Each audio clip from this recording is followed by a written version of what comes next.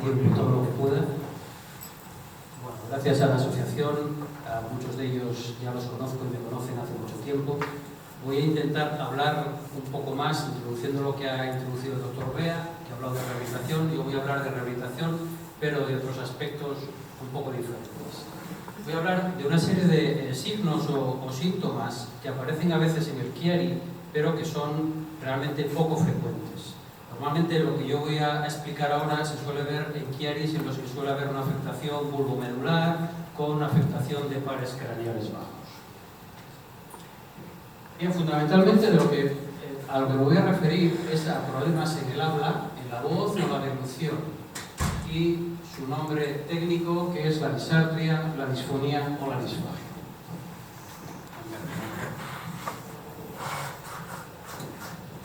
La disartria, que es la primera, es un trastorno en la programación motora del habla, es decir, el movimiento motor que nosotros tenemos que organizar para que podamos emitir un sonido se altera.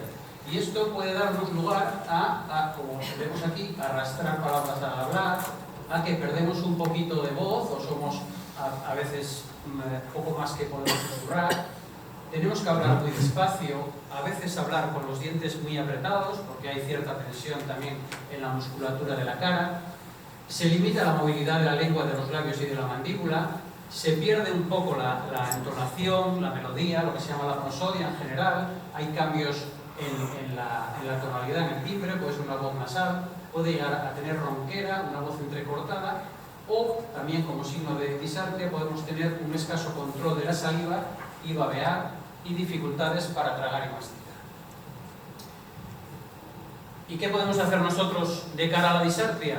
Bueno, pues de cara a la disartria, si lo que tenemos es una dificultad en la organización motora de los movimientos encargados de esa musculatura, pues lo que intentamos es trabajar sobre esos temas.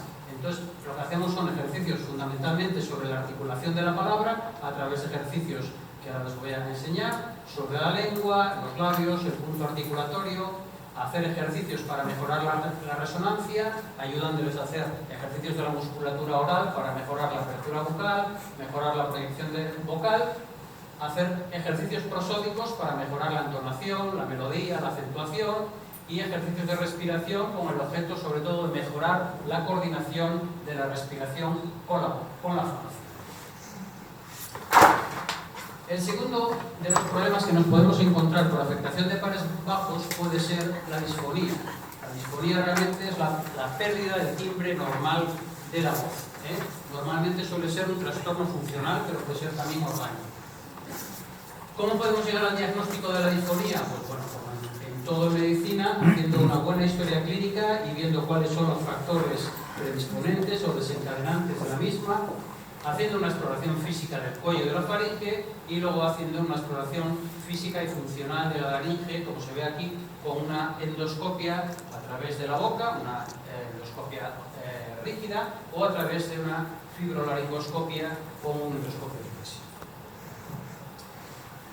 Y los signos que tenemos fundamentalmente de disfonía pues pueden ser la pérdida de la fuerza, que la voz queda muy débil, que la voz se ha hecho más grave o puede ser bitonal, o que tenemos una voz áspera o apretada como consecuencia de una alteración del timbre.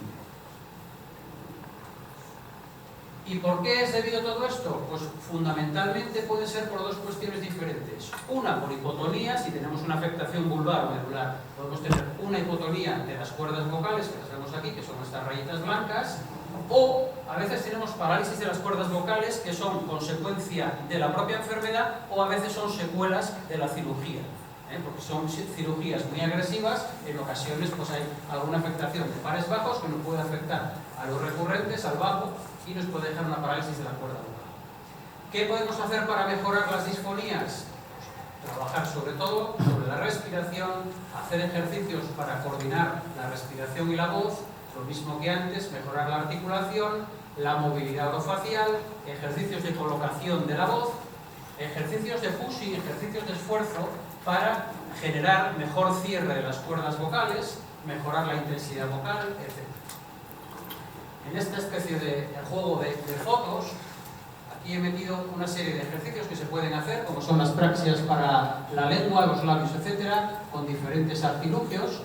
Podemos hacer ejercicios de respiración para mejorar sobre todo la respiración costodiafragmática y la coordinación fonorrespiratoria, ejercicios de intensidad o ejercicios como aquí en estos dibujos de pushing, de esfuerzo, para mejorar el cierre de las cuerdas vocales. El tercer problema que nos podemos encontrar puede ser la disfagia. Y la disfagia no es más que una dificultad o una incomodidad, como ponemos aquí, para formar o mover el bolo alimenticio desde la que entra en la boca hasta que llega sobre todo al esófago. ¿Qué podemos hacer para llegar a un diagnóstico de disfagia? Pues lo primero, como en todo y como repetimos antes, es historiar, o sea, sacar información a través del paciente, del cuidador o del familiar correspondiente. Luego tenemos test de cribado para valorar si realmente hay una posibilidad de que exista una disfagia. Se usa el LIT-10, que es un test homologado en España desde el año 2011. Luego tenemos métodos de cribado mucho más específicos, el MEC, el método de exploración clínica volumen-viscosidad, que está descrito por el doctor Clave del Hospital de Mataró. Y si con esto no llegamos a un diagnóstico claro, pasaremos ya a las pruebas, digamos, instrumentales, en las que haremos fibrolaringoscopias de deglución o videofluoroscopias. Bien, ¿y qué signos nos pueden hacer sospechar que estamos ante una disfagia? Pues fundamentalmente si tenemos tos antes, o que podemos tener tos antes con la saliva, sobre todo durante y después de la ingesta. Si tenemos algún atragantamiento con determinadas consistencias, hay gente que se puede atragantar con el líquido, otros con el sólido, otros con el semisólido. Si el paciente refiere que le ha quedado residuo de comida tanto en la boca como a nivel faríngeo, la presencia de carraspeo o sensación de que algo ha quedado parado en la garganta y la falta de cierre labial o el babeo de alimento o de líquido por la boca. Como consecuencia de, como dije antes, alteraciones a nivel de la zona vulvomedular, nos podemos encontrar que esta disfagia puede estar causada por una alteración en el nervio hipogloso, con lo cual tendremos que hacer ejercicios para estimulación de esta lengua. Nos podemos encontrar alteraciones a nivel del nervio glosofaríngeo, en el cual nos deja lo que es el síndrome del velo de la cortina, que es que el velo del paladar de un lado queda más alto que el otro. Entonces tendremos que hacer una estimulación del velo palatino afecto con frío, con ácido, con una serie de ejercicios de estimulación.